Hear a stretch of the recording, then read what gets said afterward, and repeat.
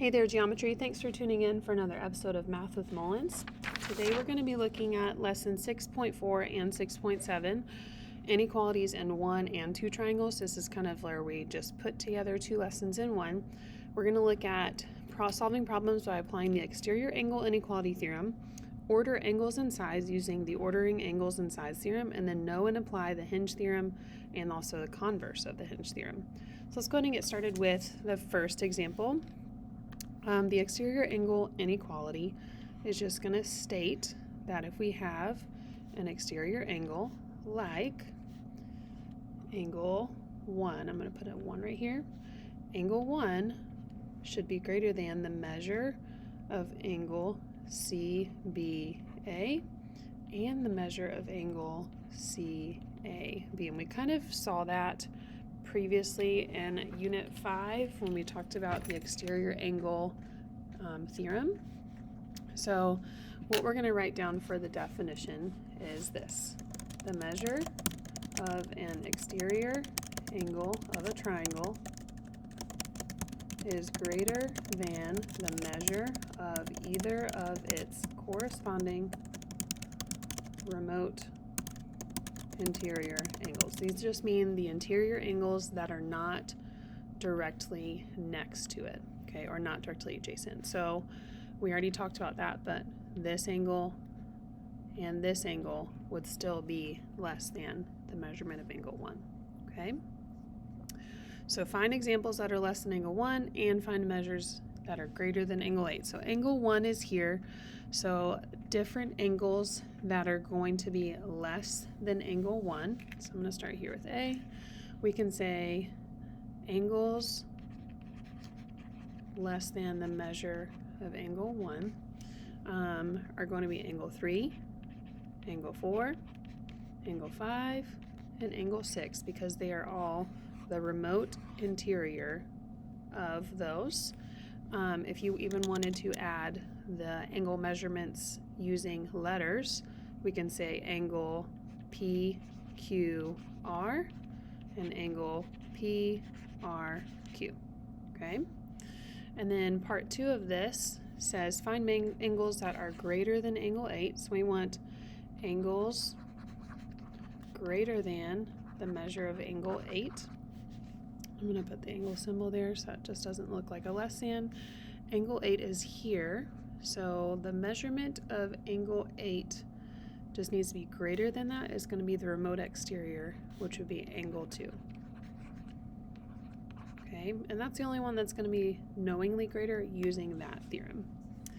The next thing is one of my favorite things to talk about, ordering angles theorem and ordering sides. So I'm going to go ahead and type out our definitions first, and then we'll draw some pictures. So if one side of a triangle is longer than another side, then the angle opposite of the longer side is greater than the angle opposite the shorter side. Kind of a long definition, but it'll make sense here in a second. And then for ordering sides theorem, it's just going to state the side opposite the largest angle is the longest side. So here's a picture of what that would look like. Let's start with just drawing a normal triangle, and we'll name this A, B, C. And I'm going to say that angle C is 1 tick mark. We'll say angle B is 2 tick marks, and we'll say angle A is 3. Okay? Ordering angles just means if one side of a triangle is longer than the other, then that's going to create a larger angle. So if you look at angle C, we're saying angle C is 1 arc. I'm going to say that's the lowest number. Angle B, opposite from that, we can say is the next lowest. And then angle A is the largest one. We'll say that, and it'll be the largest number. So whatever number is opposite of that angle, that's how you're going to be able to order it. So angle A is greater than the measure of angle B, which is greater than the measure of angle C. Okay? And then same thing would be true for ordering sides. So again, we'll put in some numbers here. Maybe we'll have 51 degrees. Again, this is not drawn to scale, so let's use our imagination here. 80, 40, and 89. The longest side is going to be directly across from the biggest angle, so we'll say longest. The shortest side would be across from 40, so shortest. And then 51 could be the middle. Okay, so we're going to practice that now with a few examples. Example 2 and example 3, ordering angles and sides from least to greatest. Example 2, ordering angles from least to greatest. The smallest angle is going to be across from the smallest side. So angle A would be smallest. Then angle C, because it's across from 10, and then angle B. So angle A is across from 7 feet. Angle C is across from 10 feet. And angle B is across from 13 feet. So I just ordered 7 feet, 10 feet, 15 feet, 13 feet in order, and then followed that with their angles. And then ordering the sides from least to greatest, one thing you might want to do here is fill in this missing piece. So if I already have 103 and 42, that's going to be 145, so 35 degrees would be my remaining amount. So you're going to think about the smallest side would be the smallest angle, so across from 35 would be smallest. Then across from 42 would be middle, and then across from 103 would be the longest. So side 1 would be side ED, then DF, and then EF. Okay? I'm going to give you a chance to try these on your own, so if you would, go ahead and pause the video here. Try example 4, 1 and 2, ordering angles from least to greatest, and then set 2, ordering the angles from greatest to least. All right, hopefully you got a chance to try it. Let's go ahead and start. Angle, the least angle here for set 1 is angle M, then angle P, then angle N. You could also use 3 letters, so angle M could also be angle NMP, and then angle P could be represented by angle NPM, and then angle N could be represented by MNP. So those are all ways you can do it too. Next one, smallest angle is going to be across from 30, so it'll be 1, and then 35 is 2, and then 38 is 3. So across from 30 is angle T, then across from 35 is angle R, and then across from 38 is angle S. And again, you could use 3 letters here. Angle T could also be written as angle STR. Angle R could be angle SRT, and then angle S could be RST. Okay? And then ordering angles from greatest to least. So greatest would be 11, then middle 9, least 8. So greatest would be angle C, then my middle would be angle B, and then smallest would be angle D.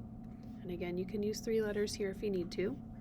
And then for number, so that would be angle C, you could say angle DCB, just as long as C is in the middle for that vertex. Angle B could be angle CBD, and then angle D could be angle CDB.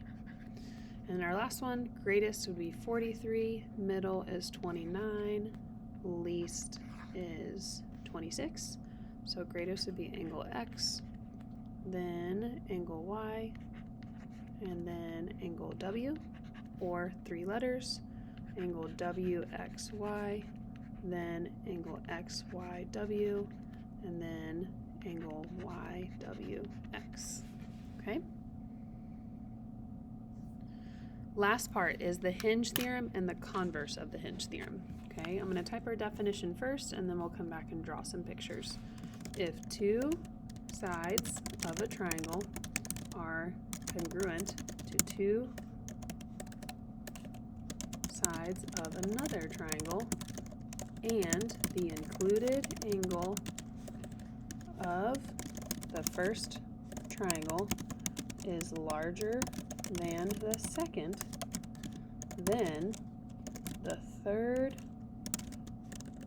side of the first triangle is greater than the third side of the second triangle. Very wordy, so we will make sure we draw a good picture here too, okay? And then the converse of that just says if two sides match in two triangles and the second, triangles, let's spell that correctly, and the third side is longer in the first triangle than the second, then the included angle of the first is greater than the second triangle. Again, lots of first, seconds, and thirds, so showing a picture here should help us. So let me show you that with the first one. So the Hinge theorem, normal. We're going to draw two triangles here, and again, trying to draw to scale, so we're just going to go off of what we see here. So we got triangle A, B, C, but then we have kind of a bisecting here.